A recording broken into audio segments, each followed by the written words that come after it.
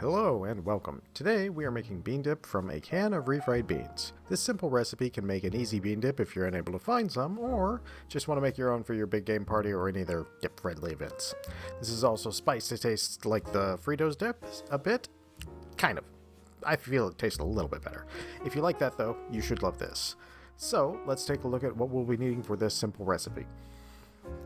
For the ingredients, we will need 1 can refried beans, 5 slices from a bottle of sliced pickled jalapenos, 1 tablespoon plus of the juice from said jar of jalapenos, quarter teaspoon paprika, half teaspoon salt, a half a teaspoon onion powder, 1/8 of a teaspoon garlic powder, 1/8 of a teaspoon cayenne pepper, and a half a teaspoon sugar. The first thing we're going to need to do is to slice our jalapeno slices into even more smaller slices. This will let the flavor spread throughout really easily, and it's also going to help the dip have a very consistent flavoring throughout. All you need to do is just dice the slices and then mince them from there until you get to a point where you know they're just going to spread out into everything. Now for people who do not like hot things or who cannot tolerate hot things, you can substitute out the jalapenos, just remove those, and replace the liquid with white vinegar at a 1-to-1 ratio. It's not going to taste quite as much like the Fritos version, but that'll remove any major heat causing elements. The cayenne pepper you're probably not going to notice because it's a very small amount, and the paprika you shouldn't notice either from a heat perspective. So, about those refried beans. While I get these out of the can, let's talk about the consistency. The difference in how thick refried beans are is almost comically varied, in that they can come as thin as mine and so thick that you need to squish them out of the can shape to even cook them. When you're making this, you may need to add a little bit more jalapeno juice or vinegar to get yours down to the consistency you want. This will, if you're using jalapenos, make the final product hotter, so be careful with how much juice you do use. For the most part, any can of refried beans should work with a fairly minimal amount of extra liquid from what I've talked about here. Oh yeah, there is one nice bonus if you know your refried beans that you're using are thicker. If you shake the can until you can feel the contents moving around, you can usually pour out the whole can in one move. Someday I'll actually remember to film that.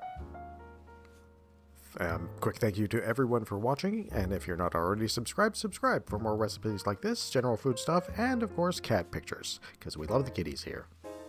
So now we are ready to start mixing. I mix the jalapenos in first. This gets the more wet ingredients separated from the dry and will help prevent clumping. From there, you generally want to add your dry ingredients 3 at a time and mix it in between. I know I kind of didn't follow that exact procedure, but that's okay. Just follow that one. This step is to prevent clumping as well and make sure that you get an even mix throughout, and that's going to give you a nice even flavor. The refried beans are all pre-cooked, so we don't need to heat this or anything else like that unless we need to. That's also going to let you know what the consistency is going to be when it's sitting out of the refrigerator on the counter. I found 1 can is pretty much enough for most parties. That'll probably serve a party of like 4 to 6-ish, or maybe 2 to 3 if they really like bean dip like me.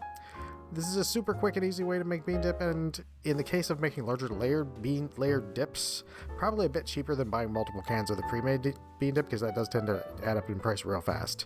This would also work great for office parties, should we ever be allowed to have them again. So, a lot of refried bean cans will have whole beans like this. Most dips tend to not have whole beans, so we're going to make this a little bit smoother. This step is optional as long as you don't mind the bean pieces being bigger or even possibly whole. So for this, we're just going to mash them with a potato masher, and the movement is to just push straight down and add a twist at the bottom. This is going to grab onto the beans and crush them faster by twisting on the bottom, and after about 3 minutes of mashing, it's going to look like this. With most of the whole beans broken down, in fact all of the whole beans are broken down, and the smaller pieces are going to be texturally unnoticeable on your chip. The twist at the bottom, by the way, helps mash the beans better by basically grinding everything you push down across the bottom, and it kind of spreads it out and breaks it all up faster. And with that, we have made a tasty bean dip quicker than we could go to the store and buy some. This can be made up to 2 to 3 days in advance for a party or Super Bowl if you need to make some time on the day of the event or to help lower the workload on that party's date. It might be a bit late for that this year since the Super Bowl is going to be the day after this video comes out, but that's fine. If you have a food processor, you can make this super easy and by just dumping everything in there and mixing until it's smooth. As always, I would like to thank you all for watching and liking and commenting. It really helps the channel grow, and I hope you all have a great day and a great meal.